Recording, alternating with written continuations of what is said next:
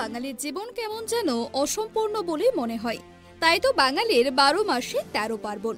তবে সবচেয়ে বড় পার্বণ কিন্তু দুর্গাপুজো। সাধারণত রথের দিন থেকে আনুষ্ঠানিকভাবে দুর্গা উৎসবের অপেক্ষা শুরু হয় বাংলার নানা প্রান্তে। তাই এই পুজোর জন্য প্রায় সারাটা বছর ধরে দিন গুনতে থাকেন প্রায় প্রত্যেক বাঙালি।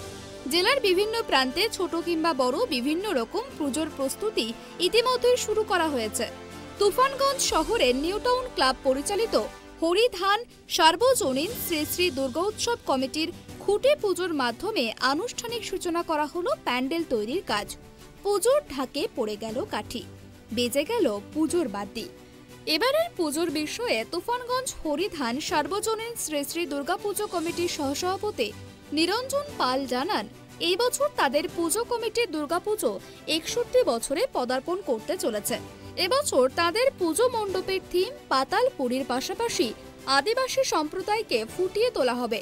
সেই আদলেই মণ্ডপ সজ্জার পাশাপাশি থাকছে কুমোরটুলির প্রতিমা।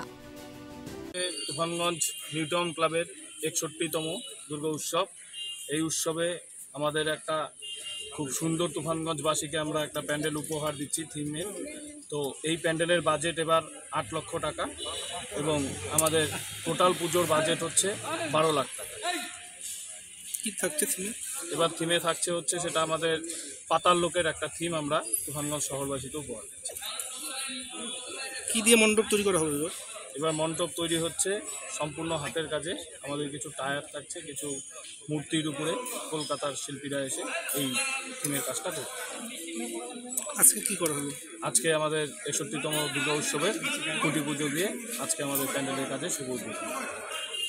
কেমন ভিড় হবে বলে এবার আশা করছেন? প্রতি বছর তো ভিড় দেখা যায়। এবার আমরা প্রতিবারই তুফানগঞ্জের মধ্যে নিউটাউন ক্লাব বড় পূজা করে এবং খুব শহরবাসী এখানে আকাঙ্ক্ষিত থাকে যে তুফানগঞ্জ নিউটাউন ক্লাব বড় পুজো করবে।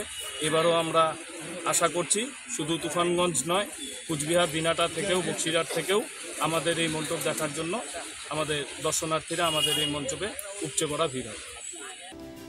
এই অনুষ্ঠানে এছাড়াও থাকছে নানা ধরনের আলোকসজ্জা। তাই এই বছর তাদের পুজোর বাজেট হয়েছে প্রায় 12 লক্ষ টাকা। তারা আশাবাদী তাদের পুজো মণ্ডপে এবার উপচে পড়া ভিড় হবে। তাদের এই পুজো এখনো নিয়ম শৃঙ্খলা মেনেই করা হয়। অমিত সরকারের রিপোর্ট, ট্রাইব টিভি, কোচবিহার।